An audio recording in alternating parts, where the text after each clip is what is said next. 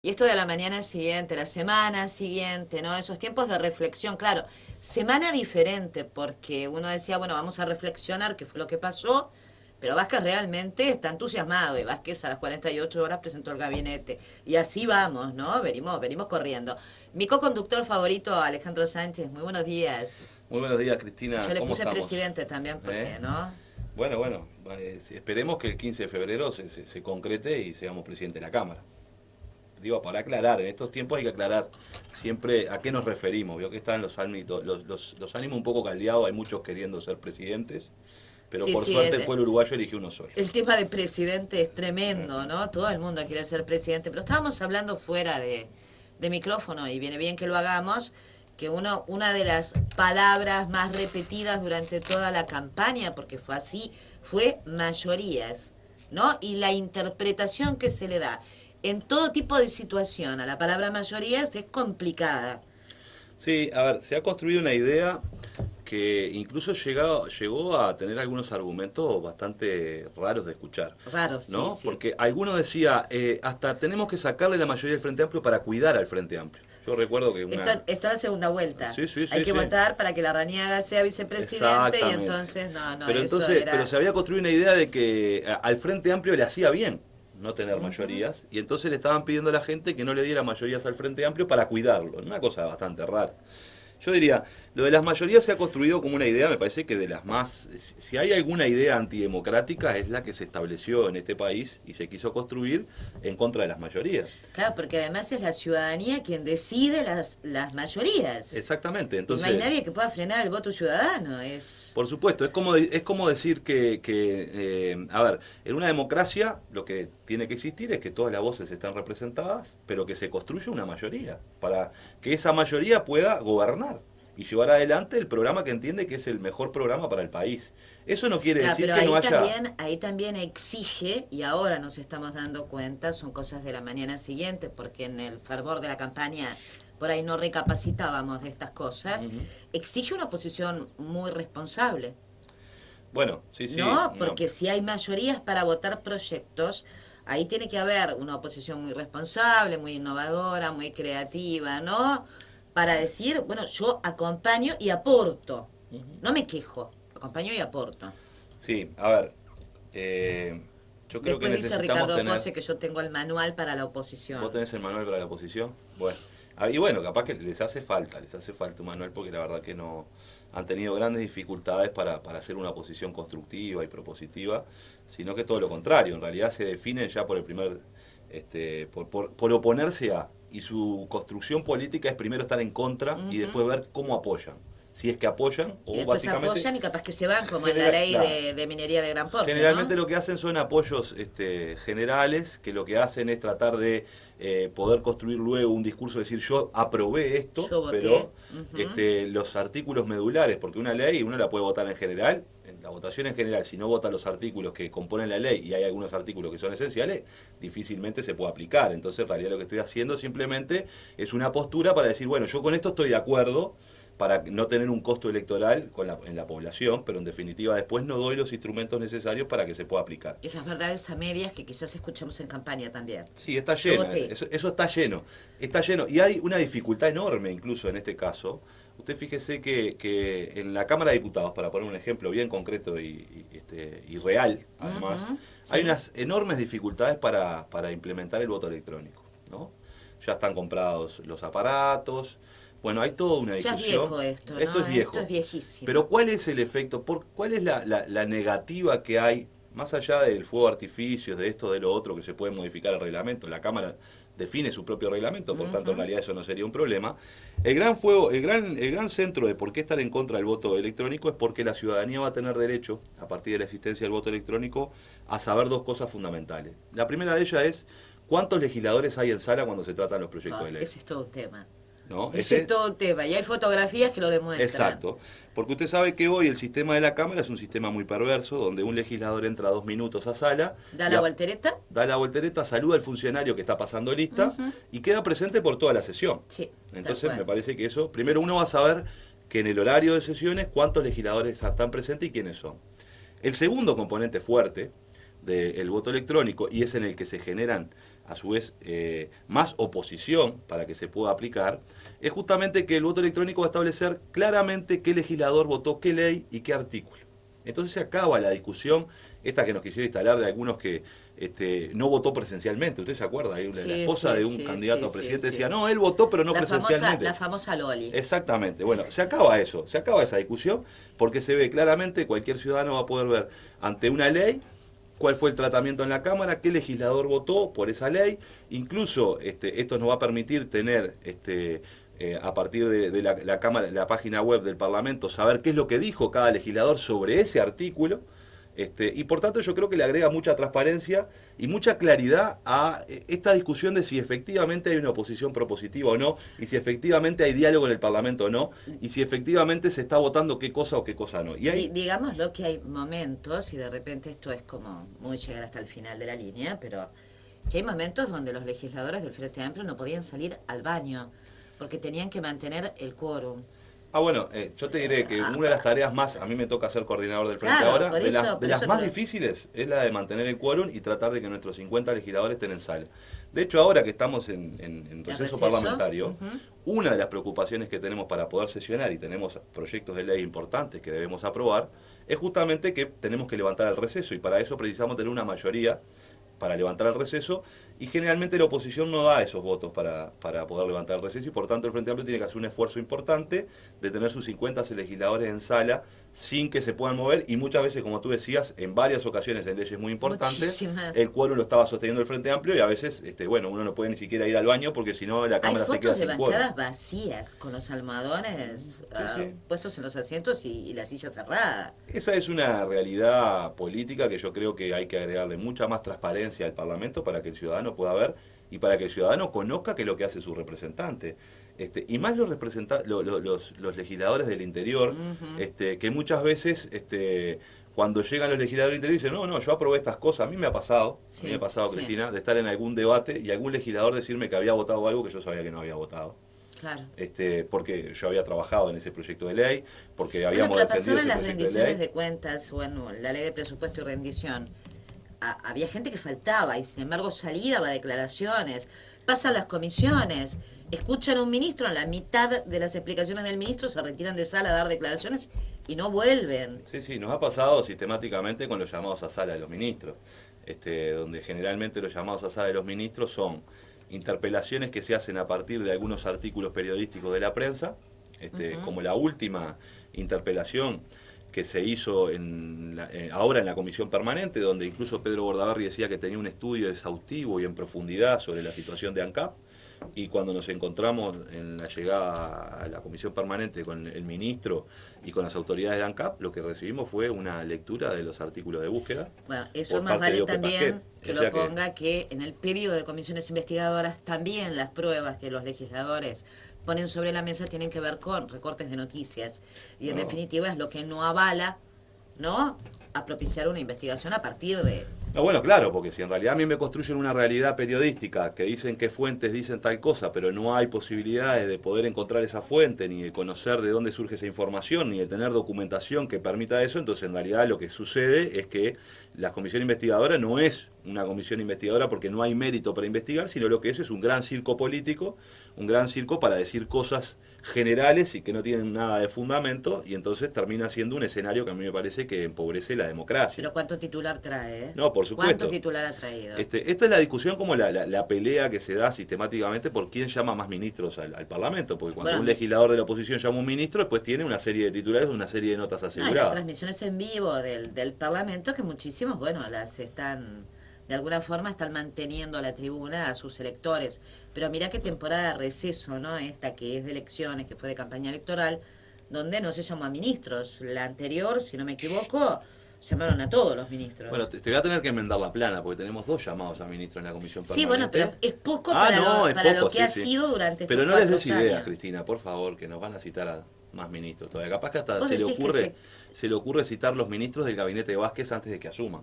Porque mire que la oposición es bastante creativa. Es una posibilidad. Es bastante creativa. Es una posibilidad. A ver, ¿qué va a hacer? ¿Qué va a hacer, claro? ¿Qué va a hacer, no? Usted fíjese que tenemos aquella vieja histórica llamada de Iván Posada, claro, fue a seguro. ¿Qué va a hacer? ¿Qué va a hacer? Bueno, pero fíjese que ahora tenemos un llamado a sala al canciller de la República, Por lo de Este, Guantánamo. no, si fuera por lo de Guantánamo todavía. Ay, Es no, por fue Guantánamo. por lo Es por del... lo de Lo de Argentina y el Argentina, el apoyo. Tribunal de la Pero Haya. mire el punto 3 del llamado a sala, que es interesantísimo, porque ese es el punto 1, punto 2, y el punto 3 del llamado a sala es últimas decisiones de política exterior. Punto.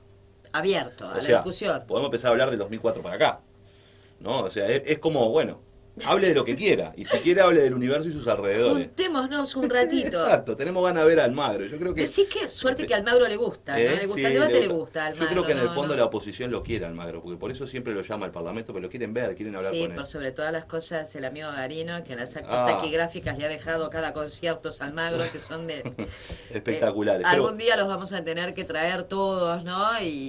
Pero se han visto cada cosa en esas actas. No, sí, por eso. Realmente. Yo creo que hay que hacer un gran esfuerzo Inclusive por más, jerarquizar. hay un acta histórica de la calle, ¿no? Que decía que estando las cosas muy bien y tratando de apoyar al país en determinadas decisiones, la oposición planteaba que estaba todo muy mal para darle apoyo al gobierno o una Sí. excusa para decirle a la Argentina, por ejemplo, la oposición me está matando. Bueno, en materia de crear e inventar cosas, yo creo que en eso tienen casi un 10 los compañeros de la oposición, digamos. Pero nos salimos de las mayorías, nos Bueno, salimos de las la mayorías e íbamos a las mayorías de los candidatos. Sí, a ver, yo diría lo siguiente.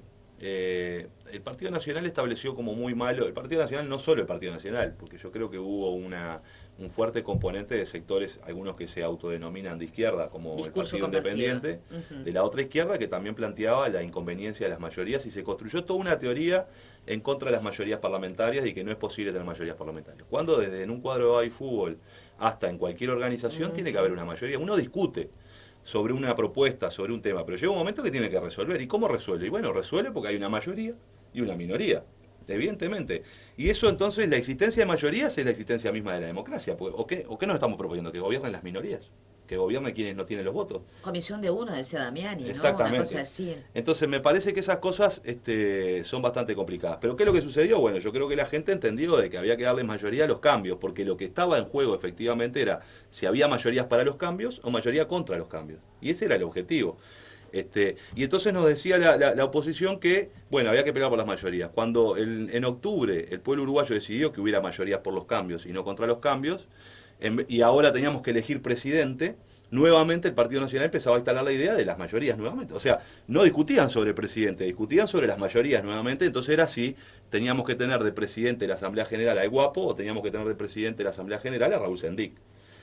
Yo creo que eso demuestra su falta de propuesta, porque en el momento en que es una ley electoral y una reforma constitucional creada por ellos, fundamentadas por ellos para que justamente el presidente electo tenga un amplio respaldo para poder gobernar, porque nosotros estuvimos en contra de esta reforma, no nos olvidemos que esta es una reforma previa al año 99 que lo que buscaba era impedir la llegada del Frente Amplio al gobierno. Y lo que nos fundamentaban estos señores que fueron los que inventaron esta reforma y los que la votaron, era justamente que los presidentes necesitaban tener un amplio respaldo y una amplia mayoría de los uruguayos para poder gobernar, porque no podía gobernar un presidente sin mayoría. Bueno, ahora se olvidaron de ese cuento y establecieron el otro. ¿Y qué es lo que sucedió? Bueno, lo que sucedió es que perdieron en toda la banda, perdieron básicamente el candidato de la derecha de este país, hoy perdió fuertemente como candidato y como figura de la oposición. ¿Por qué? Primero porque estableció como objetivo las mayorías parlamentarias y no las consiguió. Las mayorías parlamentarias en contra de los cambios y no las consiguió. Segundo porque es el candidato que, si uno mira la historia de los balotajes, es el candidato que peor vota en los balotajes. Quiere decir que, en realidad, aquella prédica del gobierno de diálogo y de construcción más allá de las fronteras del Partido Nacional no se registró ni estuvo presente. Segundo porque Tabaré Vázquez es el presidente más votado de la historia. Es decir, y además es el que tiene una diferencia más grande en los balotajes con respecto a su competidor. Por tanto, en realidad, lo que existe es un dirigente político que por supuesto fue una novedad, porque no estaba pensado por nadie que fuera candidato, fue una novedad, no fue una renovación, no tiene el respaldo electoral que decía tener de ese país de tender puentes y de tener construcciones por fuera de su partido. Eso no existió porque en realidad tuvo una muy baja votación, por supuesto. Y ahora lo que le han construido es un puente, es una salida, casi una semana antes, los mismos operadores políticos que construían aquello de que el Frente Amplio no tenía mayorías, le han construido una salida que dicen, bueno, ¿cómo evaluar esta campaña de la calle Pou? Bueno, si pasa el 40%, la calle Pou es exitosa. nadie fundamenta por qué el 40% es exitoso cuando uno mira y lo que se da cuenta es que, al contrario, este candidato pierde votos, es el que más lejos queda de quien gana la elección, pero bueno, construye esta idea justamente para darle alguna oportunidad de decir, bueno, la campaña de la calle Pou en realidad fue una buena campaña y la calle Pou es un candidato de la oposición y es el líder de la oposición. Yo creo, la veo con bastantes dificultades esto. Yo la veo muy dificultosa. Y creo que además hubo una señal muy clara donde electores colorados decidieron no apoyar a la calle Pou, por tanto no lo veo como el líder de la oposición. Porque además hay una cosa, digo, el Partido Colorado que está sufriendo una interna bastante preocupante, digo, para el propio partido, la calle Pou que se planta como líder de la oposición, ¿y qué pasa con Pedro Bordaberry? Bueno, yo creo ¿Le va a dejar el lugar? ¿Se lo va a quitar? ¿Qué pasa con el propio Jorge Larrañaga? ¿Se va a correr? ¿Va a tratar de hacer acuerdos como los hizo con José Mujica? ¿Cómo van a actuar esos tres hombres? Bueno, 4 sí. Con Amorim Valle, si se quiere. Sí, 4 con Amorim Valle. Bueno, la situación de Pedro es complicada, porque es verdad que es el gran derrotado de esta campaña electoral, por suerte, ¿no? Porque sus ideas... En todos los lugares. En todos los lugares. Sus ideas conservadoras, sus ideas, digamos, bien neoliberales, por suerte, no contaron con el respaldo de la gente. Y es un mensaje también a la dirigencia del Partido Colorado diciendo que, bueno, ese tipo de liderazgo y ese tipo de construcción política, por lo menos en principio hay colorados que no la ven y que no además no conecta con el pueblo uruguayo, en definitiva, porque tuvo una votación muy magra, casi muy cercana a la debacle del Partido Colorado, que fue la votación después del 2004, de aquel gobierno de Valle. Y por tanto se abre ahí un escenario en el Partido Colorado que, bueno, todos les van a disputar el liderazgo, y bueno, nosotros vamos a mirar qué es lo que sucede en esa colectividad política. Por supuesto aspiramos de que pueda de alguna manera triunfar las visiones más progresistas dentro de esa colectividad. Pero es bastante difícil y los colorados que resuelvan su problema los colorados. Ahora los frente amplistas tenemos que trabajar fuertemente por sostener este gobierno, por llevar adelante las medidas y las propuestas que nos planteamos en la campaña electoral, por cumplir con lo que nosotros nos propusimos. Ahora estaba leyendo, y trabajar Alejandro, fuertemente para eso. Que Vázquez manda 20 proyectos de ley el 1 de marzo. Sí, me parece que Tabaré Vázquez puso quinta, digamos. No, por eso te decía. No arrancó ni en primera, segunda, puso quinta, nombró su gabinete, me parece que está bien. Todo. Fue sorpresivo. Algunos esperábamos que fuera a demorar un poco más en la designación del gabinete. ¿Y cómo se evalúa el Bueno, yo digo, a ver, a mí me parece, en primer lugar... Se está hablando mucho, por ejemplo, de lo que dijo Lucía, ¿no? Y también se está interpretando un poco lo que dijo Lucía. Ambas cosas. Sí, de todo. Ambas cosas. A ver, nosotros, el Movimiento de Participación Popular en su momento, tuvimos una reunión el día viernes y le solicitamos por nota a Tabaré Vázquez una reunión, pero que no tenía el componente porque salió un titular de que el MDP se reunía por cargos. Sí. Yo soy un convencido de que nosotros militamos por los cambios. Algunos militan por los cargos, pero nosotros militamos por los cambios. Y creo que lo hemos demostrado siempre. Y la intención de la reunión, que sigue estando en pie, nuestra solicitud de reunirnos con Tabaré Vázquez, es justamente hacer un balance de lo que fue el proceso electoral y ver cómo vamos a encarar este tercer gobierno, es decir, cuáles son los desafíos, cuándo vamos a instalar determinados temas, qué fortalezas le vamos a dar, es decir, organizar el trabajo que implica gobernar. Y esa es la intención política del MP. También el MP iba a sugerir a algunos compañeros o áreas en las cuales le parecía que había compañeros del MP, y no solo del MP, porque nosotros cuando estuvimos analizando pensamos también en otros compañeros que nos parecían que podían dar un aporte, y que no eran del MP, pero que nos parecía que podían estar ahí. Y se lo íbamos a entregar en términos de sugerencia y no de imposición, porque nosotros en esto siempre lo hemos defendido. En este caso nosotros elegimos una fórmula presidencial, esa fórmula presidencial lo que tiene que hacer es construir un equipo, y el equipo tiene que ser de máxima confianza del presidente y tiene que tratar de tener las mayores capacidades técnicas de gestión y la mayor capacidad política para llevar adelante un programa en un escenario que es bastante complejo, porque el Uruguay cambió muchísimo y por tanto las transformaciones que nos quedan por realizar son transformaciones más quirúrgicas que requieren mucho trabajo. Entonces nosotros en ningún momento cuestionamos que el presidente de la República designe un gabinete. Lo que sí nos parecía era que quizá era oportuno generar ese debate. Tabaré optó por otro camino, está bien, razones tendrá.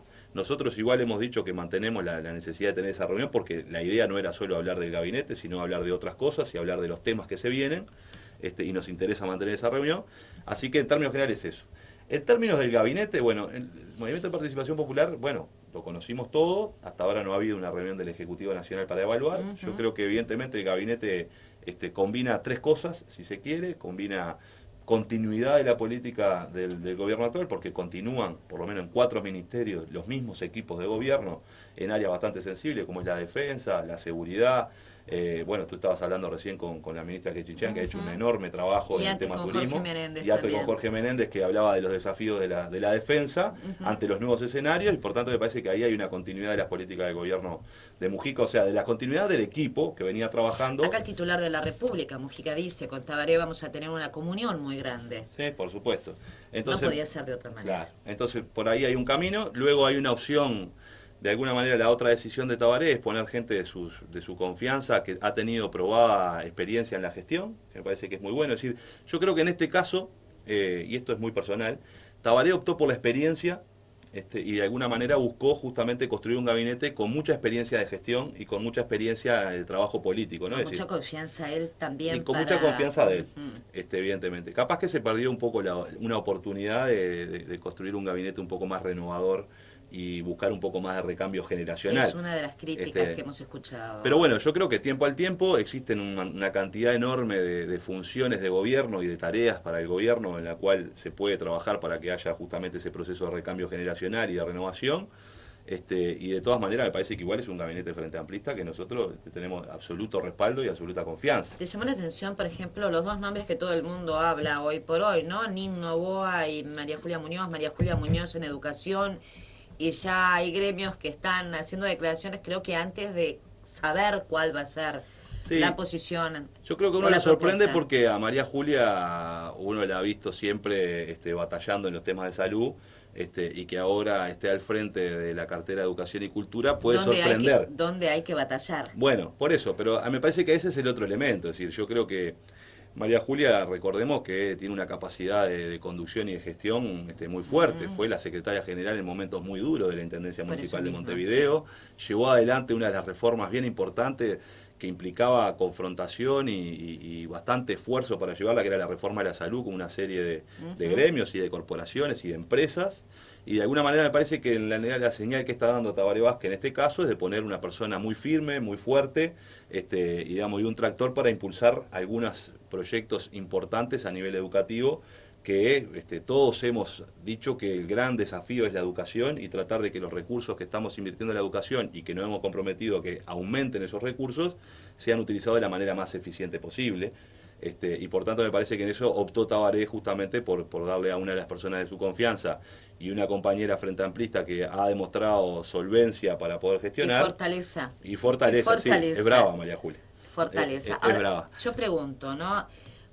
Uno si se pone a analizar, claro, es impronta Vázquez, sí, para todos los que lo seguimos, quizás un Vázquez que viene con todo, ¿no? Realmente viene muy fuerte la propuesta Vázquez en esta oportunidad. Pero que se nombró el gabinete, que el 15 de diciembre seguramente esté dando a conocer cuál va a ser la integración de los directorios de las empresas, y a partir de allí se reúne, o se reuniría con la oposición, ¿no? Diciendo, este es mi equipo de gobierno. La propuesta ya la conocen, ¿no? Estuvimos 1 año y medio con la propuesta. Bueno, la propuesta la conocen, las prioridades ya las puso arriba de la mesa, estos 20 proyectos de ley que va a enviar al Parlamento, y este es todo mi equipo. Y a partir de aquí, bueno, ustedes, ¿cómo suman? Yo creo que, para redondear esto, yo creo que está muy bien el proceso en el cual se está estableciendo. Yo aspiraría a que la señal y el mensaje no sea tanto este es el equipo de Vázquez, sino este es el equipo del frente. Bueno, y yo creo que en eso también hay que dar, Tabaré... Siempre hablamos del presidente a veces, ¿no? Claro, pero Tabaré también tiene que dar señales claras en el sentido de decir, bueno... Hacia la interna. Hacia la interna, de generar espacios de diálogo y de intercambio, no de decisión o de presión para decir tal o cual es mi candidato y tiene que estar en tal o cual lugar. Yo creo que lo que hay que hacer es tratar de construir, porque si el programa es de todos... también buscar la forma en que el Frente Amplio tenga una opinión, que después el presidente la tomará, la descartará, él tiene suficiente capacidad y liderazgo como para tomar decisiones. Pero me parece importante que la señal hacia afuera sea la de un gobierno frente amplista que tiene, de alguna manera, ha construido y construye las políticas públicas en clave frente amplista y no en clave de una sola persona o en clave de un sector. Y me parece que eso es Alejandro, una aquí, búsqueda que deberíamos tratar de construir. con los 20 proyectos que envía el Parlamento, ¿no? Donde, bueno, va a ser la fuerza política la que va a defender cada uno de estos proyectos. Y además, si todos recordamos, gobierno de Vázquez también, reforma del sistema tributario, salió un texto de presidencia y pasó al Parlamento, y en el Parlamento, bueno, fijaron una posición distinta y la defendieron los distintos sectores, y lo que sale después es la propuesta de todos, ¿no? De todo el Frente Amplio, en No, por supuesto, esa es la historia del Frente Amplio y es lo que va a terminar sucediendo. Yo que sé, se habla de estos 20 proyectos, me parece que lo que hay que hacer es involucrar a la bancada también en esta discusión. Porque ahí está, ¿tuvieron algún tipo de contacto la bancada parlamentaria? No, yo soy coordinador de la bancada del Frente Amplio y por lo menos, claro, vamos a tener una nueva bancada, pero hasta ahora los parlamentarios, por lo menos por medio de la coordinación de bancada, no han tenido ningún tipo de participación por lo menos en el armado ni en el diseño de ningún proyecto de ley. Ahí está, que el 1 de marzo ya se envíen 20 proyectos, haría que se estableciera ya una conexión de trabajo, ¿no? Sí, sí, por supuesto, van a tener que llegar esos proyectos de ley, esperemos que sean, está bien, que salgamos con 20 proyectos de ley, porque también es una señal de que salimos con mucha fuerza, y que el gobierno en realidad asume rápidamente medidas para tomar cambios y generar modificaciones en la realidad uruguaya, y bueno, lo que tendremos que hacer es estudiar esos proyectos de ley. Yo creo que por eso sería muy bueno de que, digamos, este verano. Siempre estos años son complicados cuando hablamos de transición, me parece que hay que involucrar y generar los equipos de trabajo, tanto parlamentarios como de gobierno, para empezar a discutir. A nosotros nos dio mucho resultado en este gobierno la conformación de equipos de trabajo, es decir, venían los ministros de determinada cartera y se reunían con un grupo de la bancada del Frente Amplio que trabajaba sobre un tema, y eso nos permitía ir construyendo las miradas diferentes antes de que llegaran los proyectos de ley al Parlamento. Entonces, de alguna manera había una construcción colectiva, había también parte de lo que es la experiencia parlamentaria, porque a veces los ministros no tienen por qué tener muchas veces técnica legislativa para redactar un proyecto de ley. Ambas cosas, ¿no? Los ministros técnicas legislativas y los legisladores capacidad de ver cómo se tiene que llevar adelante la gestión, ¿no? Con todo por eso, es decir, su dinamismo. Construir un proyecto de ley de manera lo más colectiva posible, viendo todas las visiones. Entonces, de alguna manera eso nos dio enormes resultados. Yo recuerdo, por mi labor en la Comisión de Hacienda, el trabajo que tuvimos, que fue excelente con los compañeros del Ministerio de Economía, donde trabajamos permanentemente. Ahí se viene el primer desafío, la primera ley. Sí, la primera ley que es la ley de presupuesto. Esta vez te vas a salvar, ¿eh? Yo voy a extrañar bastante porque voy a estar afuera. Te va a tocar el debate. Sí, no, tampoco. Moderar el debate, moderar el debate. En la Cámara de Representantes, sí, obviamente. Sí, va no es fácil. Va a ser todo un desafío tratar de moderar el debate sin entrar en él, ¿no? Esa es toda una cuestión. Bueno, pero te podés bajar un ratito.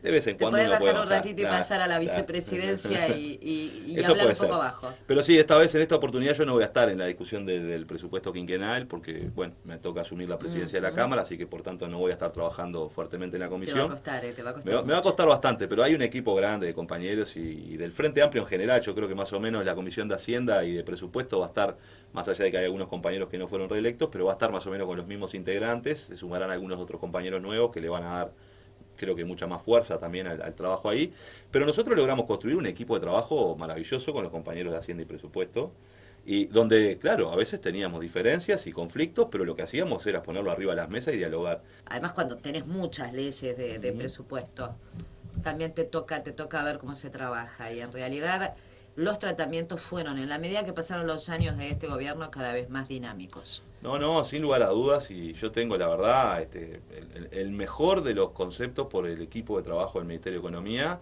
que estuvo siempre trayendo la información, trayendo los elementos que se requerían en el debate. No me digas ahora viva el PowerPoint. No me vayas a decir vino el PowerPoint. No. Porque creo que el que fue más de avanzada fue Álvaro García, ¿no?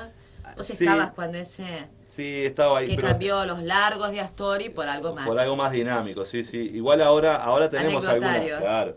Ahora, viste que hay nuevas técnicas para llevar adelante las presentaciones PowerPoint, que es estas que son más integradas, en 3D, y bueno, a ver si Astori, capaz que Astori nos viene con una cosa de esa. Claro, de todas maneras, el mejor PowerPoint no estabas en aquella época, el mejor que vi. Fue el de Signorelli, el diputado del Partido Colorado. No estaba, yo no estaba eso. Me lo perdí. Con cartón. Me lo perdí. papel glacé y un marcador, y la diputada de al lado, que era del departamento de Salto, creo que Que se lo le hacía sostenía. desclar. Se lo sostenía. Fue algo maravilloso. Y bueno, En plena sala, además, ¿no? Sí, sí, Fue algo sí, sí, sí. maravilloso. Inolvidable, como dice alguien, Claro, bueno, inolvidable. inolvidable de verdad. Y bueno, los recursos tiene la gente, ¿no? Para Sí. defender lo indefendible. Claro, bueno, a Pero veces en pasa, este caso. uno tiene esos problemas, ¿no? Que ¿Qué? defender lo indefendible, por Y más recursos que la tenga, cámara, no puede. Alejandro, ahora, caramba, ¿no? Yo me estaba poniendo un poquito en tu lugar, ¿no? Ujú. Chiquitito. No se puede uno poner del todo en el lugar de la otra persona. Vas a tener a Graciela Bianchi sentada en la cámara, vas a tener al pastor sentado en la cámara, Sí, voy a tener una cosa a interesante un en esto. amado distanciado Sí. sentado en la cámara, vas a tener así como un Sí, va a ser una cámara, sí, variopinto, sí, ¿no? Un va a estar crisol de raza. asamblea popular en la cámara también. También asamblea O sea, popular. va a ser una cámara interesante, muy diferente a la que tuvimos hasta ahora. Yo me voy a sacar un gusto personal, porque yo fui un año alumno del Liceo Bauzá, y por tanto la señora Bianchi era mi directora. Así que ahora voy a tratar de... Vas a tener regla para golpear de los volver dedos, con la ¿no? misma gentileza en que ella dirigía el liceo, vamos a tratar de dirigir la cámara. No te veo gritando perdón, ¿eh? No, el te perdón veo no lo voy a decir, gritando perdón no lo voy a decir, pero bueno, sí, va a ser bastante interesante. Yo creo que va a ser una cámara muy dinámica también, primero por la incorporación también de otros compañeros dentro del Frente Amplio que le van a dar un dinamismo. Cambiaremos o sea, un poco el discurso, se podrá cambiar, porque digo, está bien, no se podrá llevar a nuevos estatus, pero se podrá cambiar en la dinámica de entender que no siempre hablar mucho quiere decir las cosas bien. bueno, a mí me parece que sí, ese sería, digamos, si logramos eso, sería una cosa estupenda. Es bastante difícil en el Parlamento hacer que los parlamentarios no parlamenten, digamos. Claro, pero si los parlamentarios son conscientes de que la noticia no lleva más de un minuto, Sí. un minuto y poco si sos brillante, Sí, sí. ¿no? Pero mira, Y vos nosotros a podés veces tenemos encerrar hasta... la idea en ese tiempo. A veces hay momentos, mira, una de las cosas que sucede en la Cámara de Diputados muchas veces... Miembros informantes, por ejemplo, es eterno. Sí. No, claro, sí, hablan una hora cada uno de los miembros informantes Eterno, y y después ahora empieza date el debate cuenta, general. ahora son 5. Sí, sí, claro, van a ser 5 miembros Cinco informantes. miembros Ya tenemos informantes, 5 horas y además para el en tratamiento de un todos, proyecto. por ejemplo, la Unidad Popular, en todos va a ser la misma persona. Sí, sí, claro. O sea, Eduardo Además, Rubio para todos los informes. bueno, ahora teníamos a Iván Posadas, También lo básicamente, en teníamos casi Iván todos Posadas, lados. que era casi todo. Más allá de que estaba Radio también, por supuesto, que informaba, pero principalmente Iván Posadas. Sí, yo creo que hay que buscar racionalizar un poco el debate. El gran trabajo del Parlamento es en las comisiones. Claro. Y muchas veces hay que jerarquizar mucho más ese trabajo. Pero es el trabajo que, bueno, lo sacás a la salida, son las repercusiones. Sí, sí, claro. Vos no estás en lo que es la discusión interna Sí. de la comisión hasta que lees las actas, hasta Sí. que gráficas, que no todo el mundo las lee, desde luego. No, claro, eso, pero esas cosas tendrían que ser cambios que se puedan implementar en el Parlamento, es decir, las comisiones deberían ser lo más pública posible y hoy la tecnología nos permite estar, porque en realidad un parlamentario recibe las actas, inmediatamente termina la comisión, o sea que en realidad podría ser perfectamente algo que se podría establecer de que las actas fueran de conocimiento público inmediatamente. Después, Inmediatamente, o sea, sí. hacer más público Cuesta un esa poquito labor. más. Esa labor que es una labor, creo que es la fundamental, es el centro del Parlamento, porque después cuando uno llega a sala, más o menos las posiciones ya están tomadas. Y lo que resta es fundamentar una posición en otra, y muy pocas veces se da la Bueno, oportunidad que en sala haya la posibilidad de construir acuerdos. Muy Igual pocas se veces. debate, se fundamenta. No, por supuesto. No, A que veces, yo diría que con el fundamento ya a veces se deberían debate en dar por exceso. En otros cumplidos. parlamentos existen voceros, ¿no? En donde hay un vocero por cada partido, fundamenta, punto, y se terminó y después Claro, se vota. deberían, más o menos. Bueno, eso habrá que ver cómo se puede hacer, adaptar a la realidad uruguaya. Digamos que vocero y fundamentación de voto, que son 5 minutos, está bien. Claro. No duele tanto para empezar. Sí, sí, sí. Pero bueno, Si lo hoy lográs, no tenemos ese, si ¿no? lo lográs, al fin. Eso es algo a lo que no me comprometo. Me comprometo a trabajar por eso, pero no me comprometo a lograrlo conociendo España. Aplaudiría tremendamente. Y menos después de saber de algunos actores que vamos a tener en el Parlamento, que me parece que va a ser bastante difícil para buscar la racionalidad. No, y a mí buscar... lo que me preocupa mucho, en el caso de la directora, es que claro, si va a ser por alusión, 3 jornadas de alusión para después pasar al tema, porque imagínate, además como no escucha. No, sí. A ver, a mí me Es un parece que problema, estamos ante un peligro muy fuerte que es, de alguna manera, la tinelización de la política. ¿Y qué Bueno, quiero decir con esto? eso se ha dado en este periodo muy ¿Qué quiero decir fuertemente. con esto? Bueno, eso atenta fuertemente contra la posibilidad de seguir construyendo un sistema democrático y profundizando la democracia, porque cuando los políticos se transforman también en personajes de la Ahí farándula. está, yo te iba a preguntar, ¿se podría decir que un representante nacional también es un servidor público? Sí, claro, es un ¿No? servidor público. En el caso de los, y esto lo vemos y forma parte del paisaje, digo, estará bien o estará mal, yo qué sé, no sé.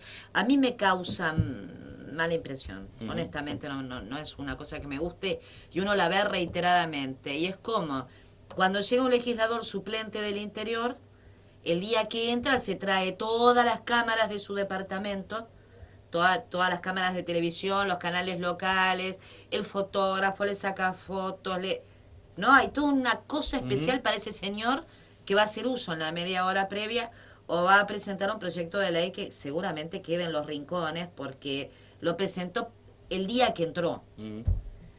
Y Sí, esas cosas ya hacen una tinelización. por supuesto, yo creo que el gran esfuerzo es por transformar y cambiar esas cosas, porque me parece que es decir, y construir de alguna manera, mantener códigos de respeto y también de sostener la palabra. Uno no puede decir adelante de un micrófono o cuando se prende una cámara, un montón de cosas para generar ese show y después en los pasillos y incluso en las discusiones en comisiones proponer otras cosas que tienen que ver justamente con otros componentes. Es decir, uno tiene que sostener la palabra y tratar de que cuando discuta lealmente, y trate de plantear y de exponer sus ideas efectivas y no que sea un discurso para la tribuna, ni mucho menos una especie de gran farsa y decir, porque la gente lo ve eso. Claro, lo que pasa es que Este, también ahí haría falta un periodismo más responsable, en este caso que más que titulares, lo que tenga es buena información. bueno, por eso, Porque es se un esfuerzo de necesita todos, eso, porque la ¿no? democracia la construimos todos, la Claro, construyen por los eso medios de pongo mi comunicación, responsabilidad o la pero me responsabilidad parece que de... también los parlamentarios y los referentes políticos tienen una enorme responsabilidad en Claro, esto. pero ¿qué pasa, Alejandro? Si vos sabés que determinada cosa no se dijo,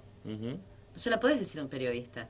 Ah, claro. Pero no te voy a permitir que me la digas cuando yo sé que la verdad es diferente. Sí, sí, es como Entonces yo digo, ahí hay una cosa de aquello de responsabilidad. la construcción de fuentes, ¿no? Uno mira y siempre el señor Fuentes aparece por todos lados y Bueno, generalmente... lo de las fuentes también es un problema porque hay algunos débiles. No, claro, por Entonces supuesto. siempre terminan hablando lo que no deben o salen enojados de alguna reunión y le dicen al primero que le dicen lo que pasó y porque están enojados al periodista de la puerta. Claro, pero Y bueno, pero esas yo lo que cosas digo es no... que cuando digo de la no tineralización de la política ni de la farándula, también hablo de estas cosas, de Sí, la que responsabilidad para informar. un compañero o un legislador cualquiera, ¿por qué tiene que ser fuente de algo? ¿Por qué no dice, las cosas que uno dice las tiene que firmar y las tiene que sostener con su persona? Totalmente de acuerdo. Y yo creo que está muy bien que haya compañeros que digan, a mí no me gusta tal cosa, incluso dentro del Frente Amplio, a mí no me gusta tal cosa por esto y por esto y por esto. Y eso no es un enemigo, es un compañero que está opinando y en todo caso lo que hay es una diferencia o un conflicto sobre una propuesta, una idea o lo que sea, o una decisión. Y está bien discutirla, no puede ser que nosotros construyamos la idea de que en realidad siempre existen unanimidades. No existen porque en la sociedad no existen unanimidades, y menos en Uruguay, que somos un país que discute todos los días, 3 millones de Menos uruguayos somos ustedes que directores son técnicos, radicales. y más los radicales que Hablando se de los llenó el radicales, Parlamento de porque nos queda radicales. poco tiempo. Estaba leyendo por así, y usted me dirá cómo viene eso, ¿no? De la posibilidad de comenzar un diálogo en el grupo de los 8 para ver una candidatura común a la Intendencia de Montevideo. Sí, yo creo que nosotros tenemos una propuesta que es la siguiente y es parte de este análisis político. Este proceso electoral ha dejado como resultado el Frente Amplio triunfador en varios departamentos, Ujú. algunos departamentos que tienen una significancia extrema, como por ejemplo lo que es la victoria del Frente Amplio de Cerro Largo, que es un golpe psicológico al Partido Nacional también.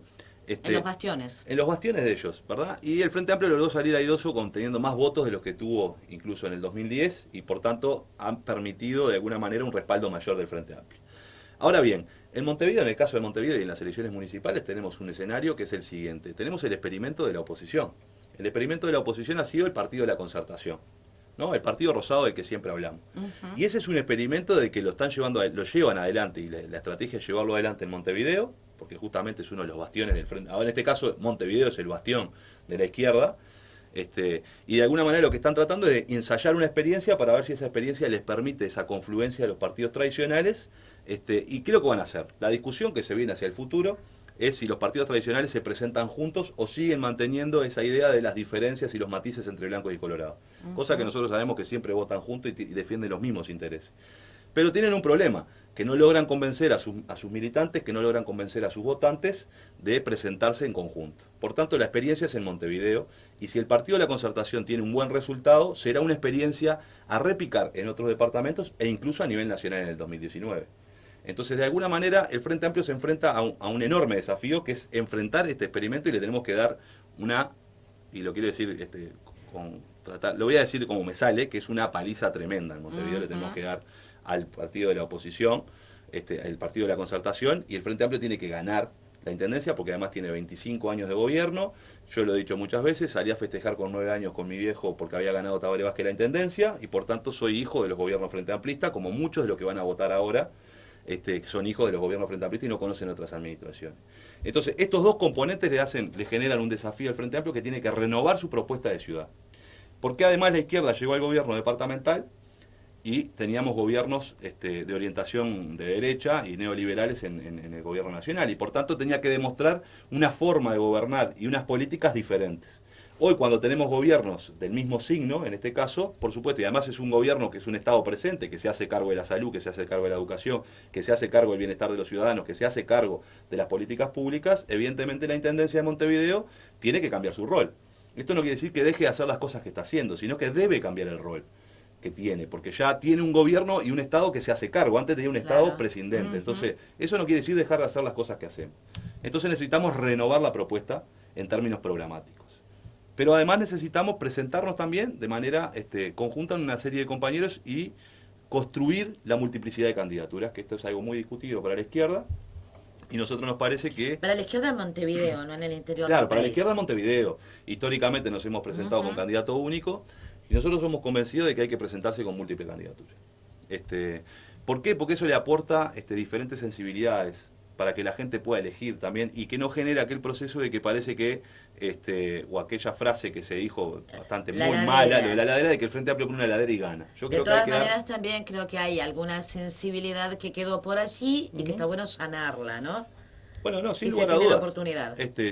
A ver, en este caso nosotros en su momento entendimos que la mejor intendenta o la mejor propuesta era Ana Olivera, y no tiene nada que ver con Martínez, ni tener una visión contraria a Martínez, simplemente que uno tiene que decidir en un momento, y decidió, en este caso, por la compañera Ana Olivera.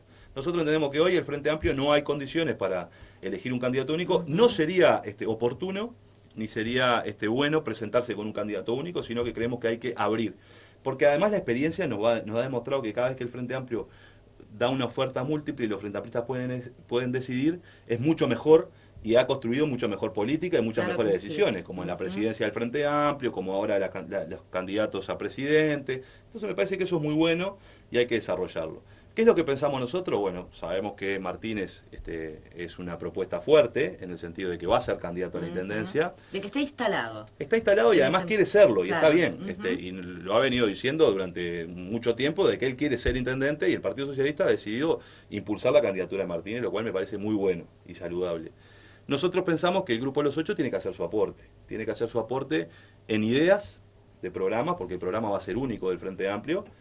Vamos a tener multiplicidad de candidatos, pero programa único. Programa único. Entonces, de alguna manera tenemos que presentar esas ideas, y la queremos discutir con el Grupo de los Ocho, como lo hicimos en la discusión del programa nacional, donde el Grupo de los Ocho hizo una serie de propuestas.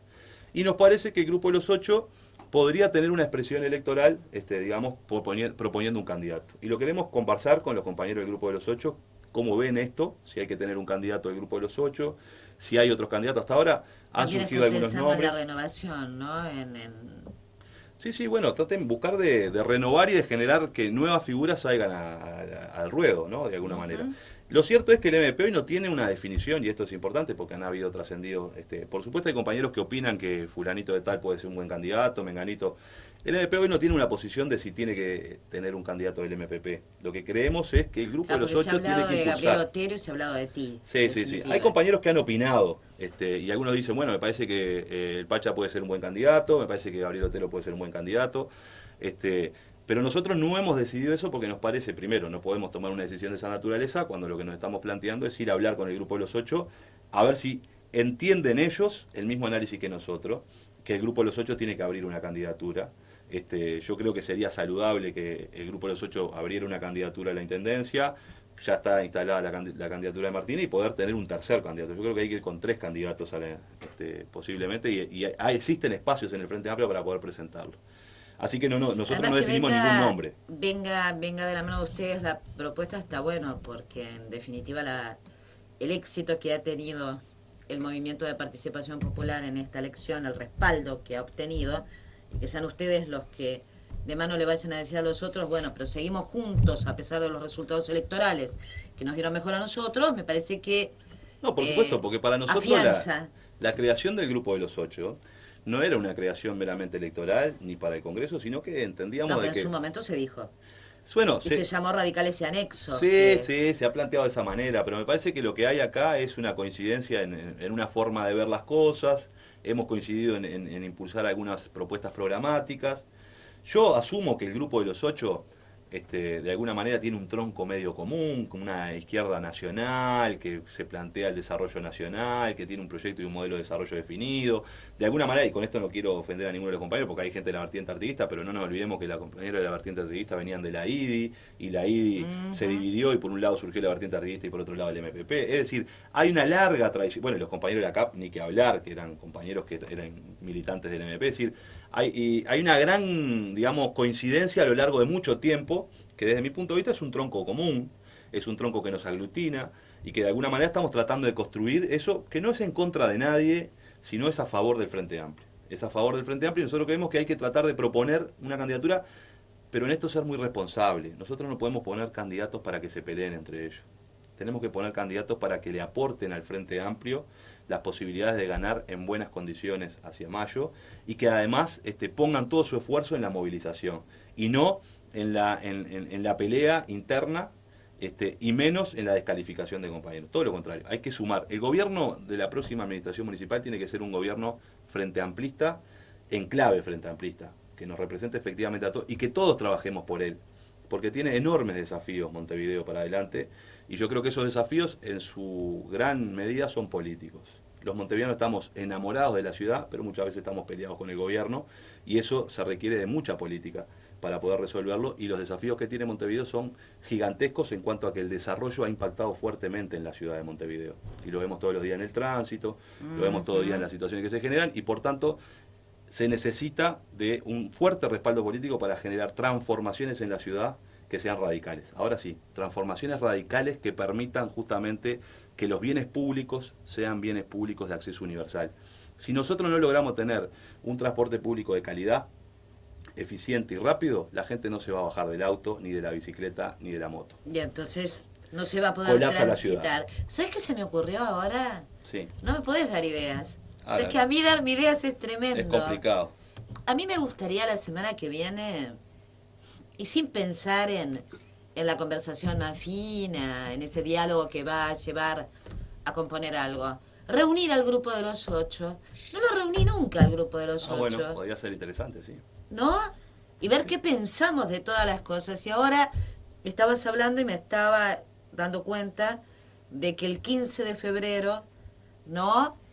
Los dos hombres que van a estar al frente de ese parlamento son Raúl Sendic y tú en la Cámara de Representantes, Es ¿no? verdad. Hablábamos de renovación y estaba adelantándome a la foto, que realmente creo que va a ser muy buena, ¿no? Sí, Son sí. esas cosas que uno piensa más allá del diálogo que está teniendo y que estaba escuchando con mucha atención. Pero además va a ser, es verdad, vamos a asumir Raúl y yo. Qué lindo está eso. Sí, está muy lindo. Pero además en un año muy particular que tiene. Se cumplen 30 años de la restauración democrática. Sí. Yo creo que va a ser un año para que generar la reflexión y trabajar de cómo seguimos profundizando la Mucho está democracia en que tus tenemos. manos, ¿no? Sí, bueno, vamos a hacer un Mucho está esfuerzo. en tus manos porque además la Cámara de Representantes tiene otra amplitud para hacer determinadas cosas que el Senado de la República. No, por supuesto. Nosotros vamos a tratar de generar pero vamos a tratar de hacer algo que el Parlamento sea el lugar donde toda la sociedad pueda ir a opinar sobre por dónde profundizar la democracia. Parlamento de jóvenes. Sí, sí, pero Quiero parlamento de jóvenes, parlamento de todo. mujeres, parlamento... Pero volvémelos a traer esos foros abiertos, Sí, esos vamos ámbitos. a construir eso para discutir, bueno, hacia dónde avanza la democracia uruguaya, cuáles son los desafíos del país y que estén todos representados. Es Que decir, se respire libertad todo el tiempo, ¿no? Y te voy a decir una cosa, que nosotros estamos trabajando con un equipo para ver, bueno, cómo vamos diseñando esto. Y el 30 de noviembre del año próximo se van a cumplir 30 años de ese no rotundo a la dictadura. Sí. Y nosotros vamos a impulsar, lo vamos a decir porque veníamos trabajando, un gran festival por la democracia. Qué lindo. Un gran festival porque yo creo que la democracia hay que festejarla con mucha alegría y que de alguna manera desde la Cámara de Diputados vamos a tratar de impulsar de que la Cámara financie un festival donde estén todos los artistas nacionales que quieran estar y donde la gente pueda ir justamente porque me parece que esas cosas son muy buenas. A veces la política es razón y corazón, entonces hay que ponerle las dos cosas. Festejar la democracia, sí, y vivirla en plena libertad, creo que es lo máximo que puede pedir. Es maravilloso. Y además tenemos que asumir la responsabilidad de construirla todos los días hacia el futuro, porque lo que recibimos, que es, por supuesto, en estos 30 años ha sido una transformación permanente, nosotros tenemos la obligación y la responsabilidad de entregarle a los que vienen una mejor democracia, un mejor país y, por supuesto, un futuro más promisorio. Me parece que ese tiene que ser también el eje central en estas actividades. Ya me compró. Tremendo. En el último minuto me larga todo y él me compra para que yo me siga sumando, ¿no? Y por supuesto. Como vio que yo estaba pensando más, él dijo, bueno, seguí pensando. Ale, un placer tenerte acá. Hacemos eso de los 8 para la semana que viene, lo quiero hacer. Yo estoy siempre a la orden, yo el placer ha sido mío y ya le dije me va a encantar. Más placer, más con estos colores. Cállese, no vas a regalar banderas de Peñarol como hizo el otro. No, como hizo otro presidente no, tenemos que representar a todos. O sea que... Me parece muy bien. Capaz que hay que hacer más banderas de Peñarol que de otro cuadro, porque bueno, somos mayoría, pero vamos a, en todo caso, regalar banderas de todos. Vamos a verlo. Me va a encantar trabajar en periodismo, en comunicación, en su presidencia. Bueno, eso estoy segura. Somos co-conductores aquí y bueno, y yo voy y le hago la copresidencia allá. Por supuesto. ¿Usted me dejaría el sillón un ratito? Clarísimo, sin lugar a dudas. Ay, qué lindo. Esa es una experiencia que me gustaría tener la presidencia de Cámara un ratito. Un ratito. Chiquitito, nada más. El que usted quiera. Porque no es soportable todo el tiempo, ¿no? Bueno, tiene sus cosas un amor lindas. A primera vista, pero que se desgasta rápido. Como todo trabajo. Querido, bueno, pero igual te vamos a aguantar ahí para que vos la soportes todo el tiempo. Yo sé que gracias. Dale. Vamos a una pausa.